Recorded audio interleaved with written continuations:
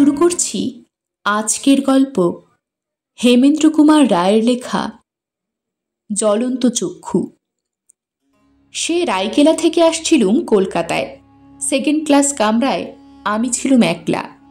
অচেনা লোকের মুখ দেখতে হবে না বলে মনটা খুব খুশি হলো। ট্রেনে মানুষ হয় বিশেষ রূপে স্বার্থপর। জানলার ধারে বসে খানিকক্ষণ দেখলুম চাঁদের আলো দিয়ে ধোয়া নির্জন পৃথিবীটাকে। ছবিতে আঁকা পাহাড়, বন, মাঠ আর নদী। আরও দূরে চোখ চালালে মনে হয় সেখানে যেন গড়ে উঠেছে অজানা অচেনা এক স্বপ্নরাজ্য। নির্জনতার ভিতর দিয়ে ঊর্ধ্বশ্বাসে ছুটে ট্রেন গতি কমিয়ে প্রবেশ করল জনকোলাহল মুখর জামশেদপুর স্টেশনে। সেইখানেই লুপ্ত হলো আমার একলা থাকার আনন্দ। হঠাৎ কামরার দরজা খুলে গেল সশব্দে। ভেতরে নিঃশব্দে এসে দাঁড়ালো এক বৃদ্ধ শিখের দীর্ঘ মূর্তি। তার সমস্তই মস্ত, লম্বা চওড়া প্রকাণ্ড দেহ, প্রকাণ্ড দাড়িগোঁফ, প্রকাণ্ড পাগড়ি। বয়স 60-এর ওপরে বোধ হয়, কিন্তু বলিষ্ঠ দেহ সিধে হয়ে রয়েছে সরল জ্যোষ্ঠীর মতো। সুতীক্ষ্ণ দৃষ্টির ভেতর দিয়ে বেরুচ্ছে যেন আগুনের ফিনকি। আগন্তুক এদিককার একখানা আসন দখল করলে। লক্ষ্য করলুম তার সঙ্গে মোটঘাট কিছুই নেই। সে বেশ দূরের যাত্রী নয় ভেবে মনে মনে কিঞ্চিত আশ্বস্ত হলুম। শিখ যাত্রী আমার দিকে তাকিয়ে রইল নীরব নেত্রে। ভালো লাগলো না তার দৃষ্টির তীব্রতা। জানলার দিকে মুখ ফিরিয়ে বসলুম। পাহাড় আর জঙ্গল, আলোক আর অন্ধকার, নির্জনতা আর নিস্তব্ধতা। যদিও রেলগাড়ির শব্দ ভেঙে দিচ্ছিল স্তব্ধতাকে, কিন্তু এভাবে কতক্ষণ আর বাইরের দিকে তাকিয়ে থাকা যায়? কবিরা হয়তো সারা রাত জেগে বসে পাহাড়ে প্রান্তরে জ্যোৎস্নার উৎসব দেখতে পারেন, কিন্তু কবিতা লেখা দূরের কথা, নীল কাকে বলে তাই আমি জানি না। আবার ভেতর দিকে ঘুরে বসলুম। আবার দেখলুম সেই জাগ্রত জ্বলন্ত দৃষ্টি। অপরিচিত লোকটির আমার দিকে এমনভাবে তাকিয়ে থাকার অর্থ কি? এ হচ্ছে অভদ্রতা। কঠিন ভাষায় প্রতিবাদ করার ইচ্ছা ছিল, কিন্তু শিখের প্রকাণ্ড দেহের খাতিরে সে ইচ্ছাটা দমন করতে বাধ্য হলুম। শক্তির বিরুদ্ধে বিরক্তি ব্যর্থ। ও দৃষ্টিতে ফাঁকি দেবার সবচেয়ে নিরাপদ উপায় হচ্ছে বিছানায় লম্বমান হয়ে দুই চোখ মুদে ঘুমিয়ে পড়া। তারপরও লোকটা যদি আমার পানে চেয়ে সারা রাত কাটাতে চায়, আমার তাতে আপত্তি নেই একটুও।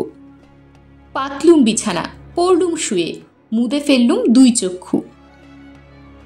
আমি হিন্দি ভাষায় শুনলুম, বাবাজি কি এইভাবে ঘুমোবেন? জ্বালালে দেখছি।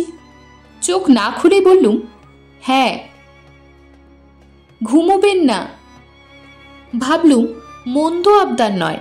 আমি জেগে বসে থাকি আর উনি আমাকে দৃষ্টিবান দিয়ে ক্রমাগত বিদ্ধ করতে থাকুন সারা রাত ধরে। ঘুমোবো বই কি, আলবাদ ঘুমোবো। আবার শুনলুম, বাবাজি ঘুমোবেন না? কেন ঘুমোবো না?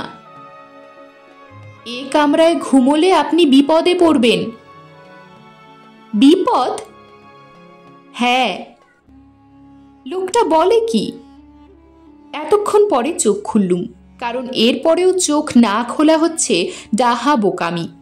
দেখলুম ওদিককার আসনের ওপর থেকে অদৃশ্য হয়েছে সেই বৃদ্ধ শিখের মূর্তি। কামরার মাঝখানে দাঁড়িয়ে আছে এক যুবক। চেহারা দেখে বোঝা যায় সেও শিখ। সবিষয়ে উঠে বসলুম। বৃদ্ধ শিখই বা কোথায় গেল, আর এই যুবকই বা এখানে চলে এলো কেমন করে? ইতিমধ্যে ট্রেন তো কোথাও থামেনি। রীতিমতো হতভম্ব হয়ে গেলুম।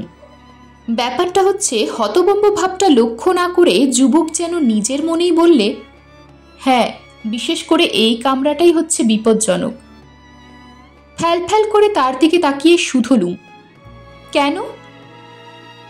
অজিত সিং এখানে বেড়াতে আসে।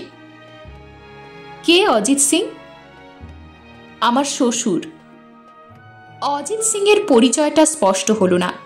বললুম, আপনার শ্বশুর এখানে আসেন বলেই কি এই কামরাটা বিপজ্জনক? হ্যাঁ, অজিত সিং হচ্ছে হত্যাকারী। বোঝা যাচ্ছে নিজের শ্বশুর সম্বন্ধে যুবকের ধারণা খুব উচ্চ নয়। কিন্তু অজিত সিং লোকটাকে হঠাৎ মনে একটা সন্দেহ জাগল। জিজ্ঞাসা করলুম, আপনার শ্বশুর কি বৃদ্ধ? হ্যাঁ। মস্ত লম্বা চওড়া দেহ? ঠিক। অজিত সিং বুড়ো, তবু এখনো খুব জোয়ান। কিন্তু তাকে কি আপনি দেখেছেন? যুবকের চোখে মুখে ও স্বরে উত্তেজনা।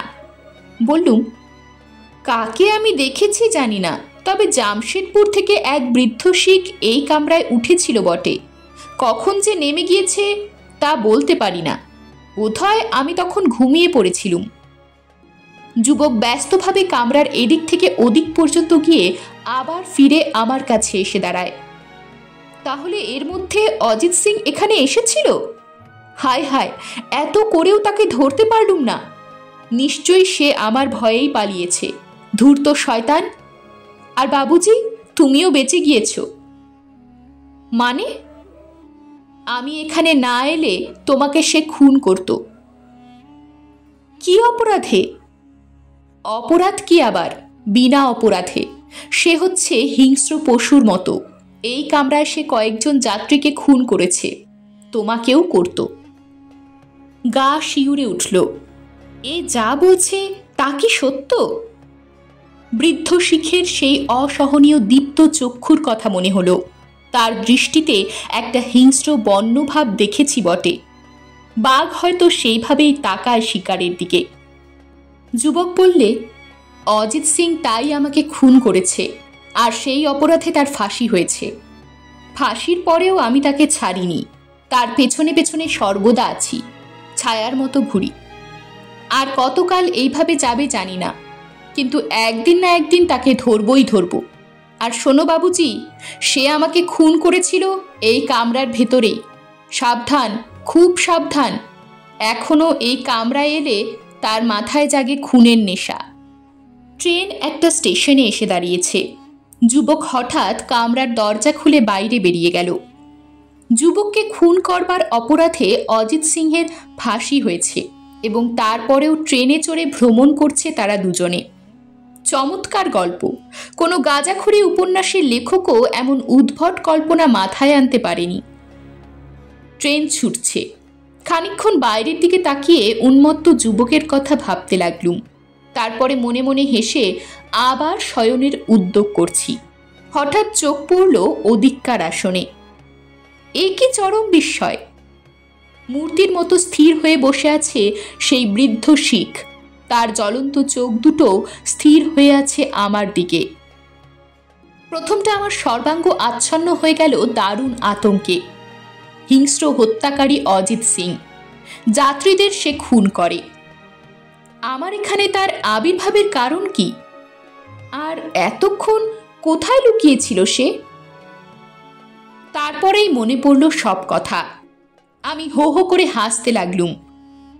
পুরো ভুরু সংকুচিত করে বৃদ্ধ বিরক্ত স্বরে বলল, হাসছ কেন? তুমি কি অজিত সিং? আমার নাম তোমাকে কে বললে? তোমার জামাই। কে? শের সিং? সে আর কি বলেছে? তাকে তুমি খুন করেছ, তাই বিচারে তোমার ফাঁসি হয়েছে। সত্য কথা। আমি আবার হো হো করে হেসে বললুম, তোমরা শ্বশুর জামাই কেউ কম যাও না, ধন্য তোমরা। কিন্তু এ কিরকম ঠাট্টা? ঠাট্টা? ঠাট্টা নয় তো কি। চলন্ত ট্রেনে ওঠানামা করে যাত্রীদের মিথ্যে ভয় দেখিয়ে তোমরা কি আনন্দ পাও বাবা! জেনে রাখো, এত সহজে ভয় পাবো না আমি। অজিত সিংয়ের চোখ দুটো আরো তীব্র হয়ে উঠল, কিন্তু মুখে সে কিছুই বললে না। নিহত শের সিং আর ফাঁসি কাঠে মৃত অজিত সিং দুজনেই জীবন্ত। দুজনেই হয়তো বিনা টিকিটে রেলপথে ভ্রমণ করছে, আর খোশ মেজাজে করছে যাত্রীদের পিলে চমকে দেবার চেষ্টা। এমন আজগুবি ঠাট্টার কথা কে কবে শুনেছে? দোহাই সিং মশাই, দয়া করে অমন কটমটিয়ে আমার দিকে চেয়ে থাকবেন না। ঠাট্টারও একটা সীমা আছে। আপাতত আমাকে একটু ঘুমোতে দেবেন কি? নইলে আমি অন্য কামরায় যেতে বাধ্য হব। পরের স্টেশন আসতে আর দেরি নেই। অজিত সিং গম্ভীর মুখে ধীরে ধীরে বলল, তোমার ধারণা আমরা তোমার সঙ্গে ঠাট্টা করছি? নিশ্চয়ই। তোমার ধারণা আমরা জীবিত? তার বলতে? মূর্খ। অজিত সিং দাঁড়ালো। তার কাঁধ থেকে পৈতার মতো বন্ধনীতে ঝুলনো কৃপাণ দুলে উঠল। জল জল করছে তার দুটো নৃশংস চক্ষু। মনে মনে প্রমাদ গুণে ভাবলুম, ব্যাপার তো সুবিধের বলে মনে হচ্ছে না। ঠাট্টাটা এইভাবে সাংঘাতিক হয়ে উঠবে নাকি? শ্বশুর আর জামাই দুজনেই নিশ্চয়ই উন্মাদ রোগগ্রস্ত। ঘুম থেকে উঠে কার মুখ দেখেছি। আজকের যাত্রা মোটেই শুভ নয়। প্রচণ্ড স্বরে অজিত সিং বললে, শের সিং, তুমি হচ্ছ আমার দুষ্ট গ্রহ। কুক্ষণে আমি তোমাকে হত্যা করেছিলুম। আমার কাছ থেকে অনেক শিকার তুমি কেড়ে নিয়েছ, কিন্তু আজ আর তুমি পারলে না। তুমি আসছো জেনেই আমি গা ঢাকা দিয়েছিলুম, কিন্তু তুমি বিদায় হবার পর আবার আমি ফিরে এসেছি। এবারে আমার হাত থেকে কেউ আর শিকার ছিনিয়ে নিতে পারবে না। এবারে জয়ী হব আমি। এই বলে অজিত সিং হাসতে লাগলো। কি ভীষণ সেই অট্টহাস্য! ফেটে গেল যেন আমার কান। কাঁপতে কাঁপতে আমি উঠে দাঁড়ালুম। আচম্বিতেই নিভে গেল কামরার আলো। বিস্ফারিত চোখের সামনে দেখলুম নীলবর্ণ অগ্নিতে ভরা দুটো নিষ্ঠুর, ক্রুদ্ধ ও বুভুক্ষু দৃষ্টি ধীরে ধীরে এগিয়ে আসছে আমার দিকে। পায়ে পায়ে পিছুতে পিছুতে কামরার এক প্রান্তে গিয়ে দাঁড়ালুম। সেই ভয়ঙ্কর চোখ দুটো তখন যেন দাউ দাউ করে চলছে। দৈবগতিকে হাত লেগে গেল বৈদ্যুতিক বাতির চাবিতে। দপ করে আবার জ্বলে উঠল আলো। সঙ্গে সঙ্গে বাইরেও দেখা গেল সারি সারি বৈদ্যুতিক আলোক, জনতার কণ্ঠস্বর। ট্রেন প্রবেশ করেছে খড়গপুর স্টেশনে। কামরার ভেতর দাঁড়িয়ে আছি একলা। কোথায় অজিত সিং আর তার সেই জ্বলন্ত চক্ষু? আমার মাথা কি হঠাৎ খারাপ হয়ে গিয়েছিল? আমি কি এতক্ষণ ধরে এক দুঃস্বপ্ন দেখছিলুম? স্বপ্নই হোক আর যাই হোক বাবা, আর এ কামরায় নয়। চুলোয় যাক একলা থাকার আনন্দ। আমি চাই এখন জনতায় পরিপূর্ণ একখানা কামরা। বসবার জায়গা না পেলে দাঁড়িয়ে যেতে রাজি আছি। তাড়াতাড়ি প্ল্যাটফর্মে নেমে চিৎকার করলুম, কুলি, কুলি। এরকমই আরও সব গল্প পেতে চ্যানেলটিকে সাবস্ক্রাইব করে দেবেন। আর গল্পটি যদি ভালো লেগে থাকে তাহলে লাইক, শেয়ার আর কমেন্ট করে দেবেন।